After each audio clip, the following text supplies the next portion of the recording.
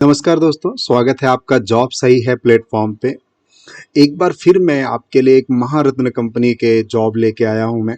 मैं इसकी official website पे हूं और ये जॉब है गेल इंडिया में, है ना। ये देखिए, आप जब इस गेल इंडिया के ऑफिशियल वेबसाइट पे आएंगे, इनके कैरियर सेक्शन में आएंगे, तो यहाँ पे जब आप आएंगे तो आपको ये एक डिटेल एडवर्टीजमेंट मिलेगी। मैं जूम करता हूँ। Career opportunity in various discipline for non executives, है ना।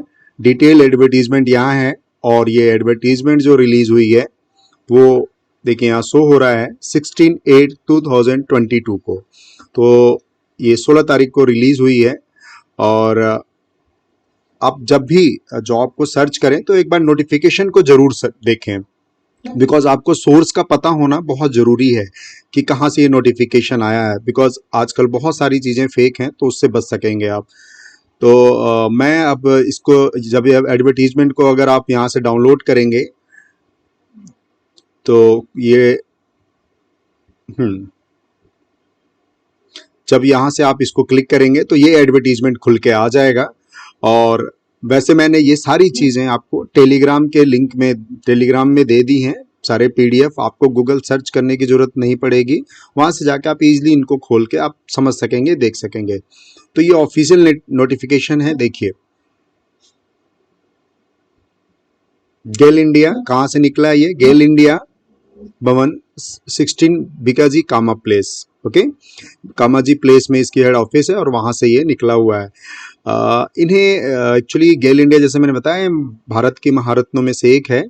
तो GAIL India is spearheading to move to new era to clean fuel industrialisation by creating a quadrilateral of green energy. अभी क्या है, सारी कंपनियां ग्रीन एनर्जी पे काम कर रही हैं, तो उसी के रिगार्डिंग इन्होंने अभी क्लीन फ्यूल पे काम कर रहे हैं।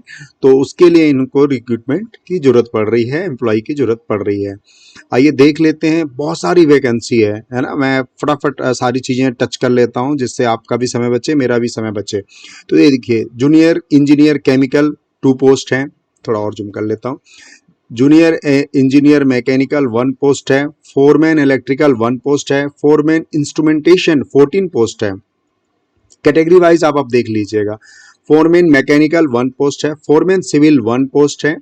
Junior superintendent official language 5 post है। जूनियर सुपरिंटेंडेंट एचआर 20 पोस्ट है। जूनियर केमिस्ट 8 पोस्ट है। टेक्निकल असिस्टेंट 3 लैबोरेटरी के लिए 3 पोस्ट है।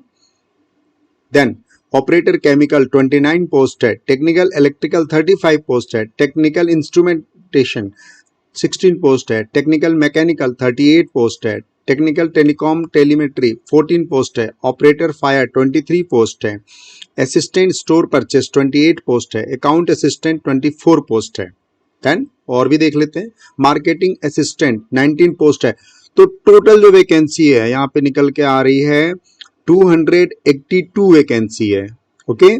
जिसमें से आपको मैं बता देता हूँ 282 है, जिसमें से अनरिजर्व कैटेगरी 119 पोस्ट है।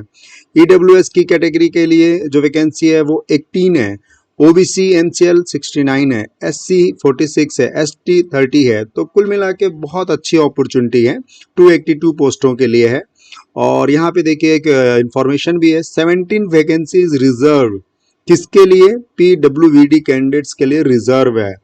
तो अगर आप उस कैटेगरी से हैं, वैसे तो भगवान करे ना हो, बट फिर भी अगर आप हैं तो भारत सरकार आपको अच्छा मौका दे रही है।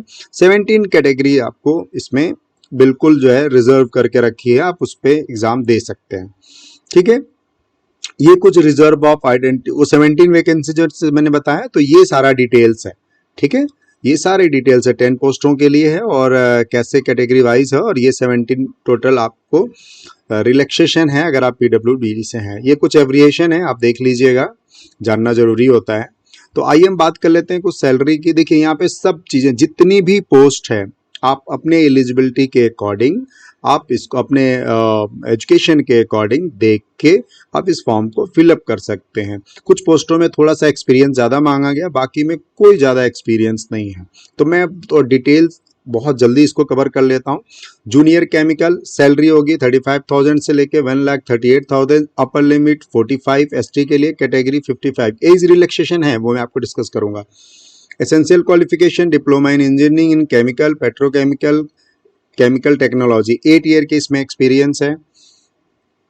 जूनियर इंजीनियर मैकेनिकल में सैलरी 35,000 से लेके 1,38,000 तक होने वाली है। 45 ईयर एसटी के लिए है, बाकी के लिए 55 पीडब्ल्यूडी के लिए। 8 year experience diploma in engineering mechanical production same. Foreman के लिए सैलरी 29,000 से लेके 1,20,000 तक है। डिप्लोमा इन इंजीनियरिंग इलेक्ट्रिकल होना चाहिए 55% और सिर्फ 2 इयर्स के एक्सपीरियंस। देखिए यहाँ पे फोरमैन, फिर यहाँ भी 2 इयर्स के एक्सपीरियंस है और डिप्लोमा इन इंजीनियरिंग होना चाहिए। अपर age limit 33 year SC ST के लिए है। ओबीसी के लिए भी बात करेंगे, जो वो जिस वैकेंसी में ओबीसी की है वो भी शो करेगा। फोरमैन मैकेनिकल 29 से लेके 1,20,000 तक। Diploma in engineering in mechanical और प्रोडक्शन सारी चीज़ों में सिर्फ 2 ईयर एक्सपीरियंस, ठीक है। अपर age limit 33 for SC। Foreman के लिए देखिए, यहाँ पे देखिए ओबीसी का आया अभी। अपर एज लिमिट 31 ओबीसी के लिए है और कैटेगरी जो है और लोगों के लिए पीडब्ल्यूडी के लिए 41 है। Minimum 2 year experience diploma in engineering 60% होना चाहिए। जूनियर सुपरिटेंडेंट के लिए bachelor degree and 3 year experience. Salary यहाँ मेंशन की हुई है। 28 ईयर जो है इसके एज लिमिट है। रिलैक्सेशन के बारे में नीचे में बात करेंगे। जूनियर सुपरिटेंडेंट 29,000 से लेके 1,20,000 तक है। बैचलर डिग्री होनी चाहिए। Minimum 2 year experience. तो इस प्रकार से आप जिस भी पोस्ट के लिए फॉर्म भर रहे हैं, जूनियर केमिस्ट देख लीजिए 2 ईयर एक्सपीरियंस, सैलरी मेंशन की हुई है। अपर एज लिमिट 28 दी हुई है। मास्टर डिग्री इन MSc, ठीक है। तो इस तरीके से जिस भी चीज़ के लिए आप फॉर्म भर रहे हैं, जिस भी पोस्ट के लिए, वो आप देख लीजिएगा। सारी चीज़ें यहाँ पे मेंशन की हुई हैं। टेक्नीशियन मैकेनिकल सैलरी दी हुई है। मैट्रिक प्लस ITI ट्रेडमैनशिप, देखिए इससे ज़्यादा कुछ नहीं है, सिर्फ 2 ईयर का आपका एक्सपीरियंस होना चाहिए इसमें, है ना।